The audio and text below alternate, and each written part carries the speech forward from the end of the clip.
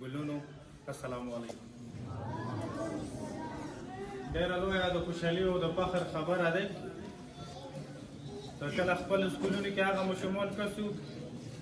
چې د هغو جذبې اوس نه هم روښانه دي. داسې ماشومان چې موږ خپل مخې ته ګورو دا مو دپاره لویه د فخر او د خوشحالي خبره ده. او ټولو نه غټه خبره مو ته دا دی هر یو هغه ماشوم چې هغه ډیسپلین لري او هر یو هغه ماشوم چې هغه د سبق د وخت د سبق قدر لري،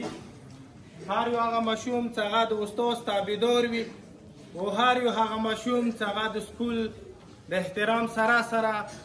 د کتاب د بسته احترام سره سره د علاقې د مشرانو د علاقې د استادانو احترام لري. د داسې ماشومانو مستقبل روښانه هم وي او داسې ماشومان همیشه دپاره د کامیابي په لور هم وي. او هر یو هغه ماشوم چې هغه د سکول قدر ونه لري، د بستې قدر ونه لري، د کتاب قدر ونه لري، د استاد احترام ونه لري، دا ماشوم که ډېر ذهین وي هم، دا ماشوم که ډېر قابل وي هم او د دې ماشوم سره که ښه ښایسته باډي هم وي، باوجود دغو ټولو دا ماشوم په مستقبل کې به تاسو ناکام کسو او موږ ناکام لیدلي هم دي. د حضرات سره یو د هغه چې کوم ټیم دلته کوم پرفارمنس په ماشومانو باندې وښیلو، که چېرې دا د مو په علاقې کې مخکې نه وای نو زه نن به مو په علاقې کې ډېر څه کمای نه وو. مو به نن تعلیمي میدان کې چې د کوم ځای کې خپل خلک ګورو دا به نه وو. مو همیشه دپاره خرچه په ګوړې کوو، همیشه دپاره خرچه په کور کوو، همیشه دپاره خرچه په پټیو په پاڼې باندې کوو. خو تاسو ته پته دی چې خاوره نه دی هغه باندې استعمالول هغه دومره ځان نه ښیي لکه په اولاد باندې سړی وکړي. کوم کس د خاورې په ځای د ګاډي په ځای د کاروبار په ځای باندې خپله خرچه خپله سرمایه په بچي ولګوي، د بچي په تعلیم باندې ولګوي، د بچي په کردار باندې ولګوي، د بچي پر روان مستقبل باندې ولګوي، دا بچی پلار دپاره ښه روزګار هم ورکولی شي، دا بچی پلار دپاره ښه نامه هم ورکولی شي،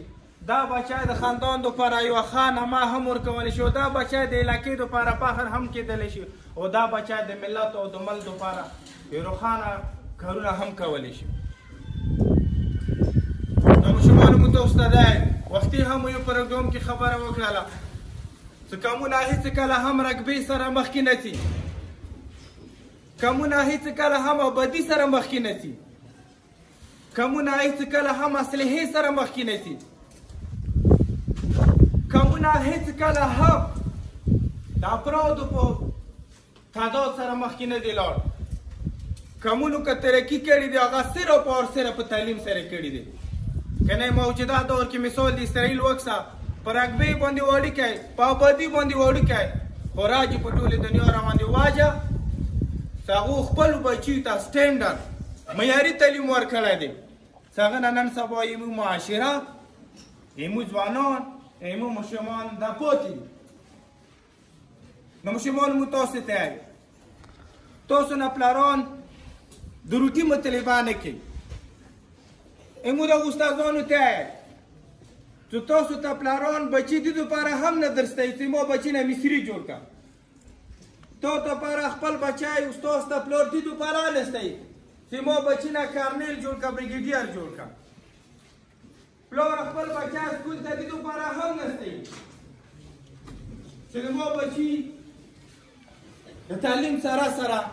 ما بچي ته مستقبل روښانه وښیه. پلار که بچی سکول ته استی یا تو ته دستی صرف دې دپاره چې ما بچي نشنما وکړه، ما بچي ته وښیه، ما بچي کردار اصلاح وکړه، ما بچي د سرات اصلاح وکړه،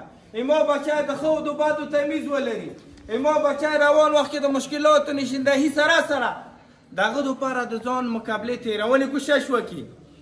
نو دا بچی چې کله هم پوه شي په دې شي باندې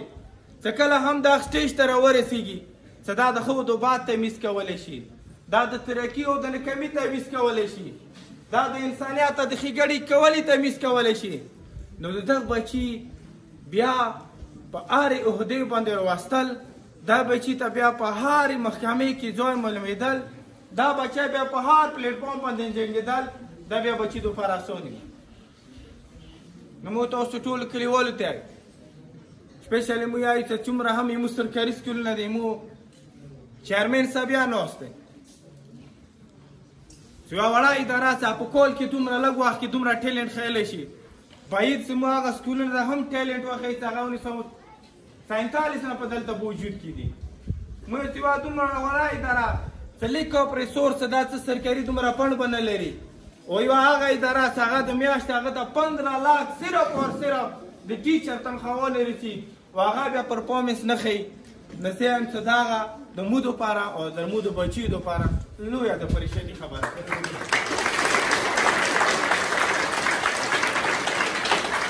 ایمو آخري خبره ایمو ماشومانو ایمو علاقې ته خوشحالي یا ایمو علاقې ته ترقي یا د مو علاقې ته امن دا نه په اپریشنونو سره تلای شي دا نه په بارود استعمالونې سره تلای شي دا نه په کمیټیونو جوړونې سره تلای شي دا نه په جنګونو سره تلای شي. ایمو تاسو علاقې ته که میبي که رسي ترقي که رسي او که امن رسي هغه صرف او صرف سټینډرډ معیاري تعلیم سره رسي. ډېره مننه خوشحاله اوسئ.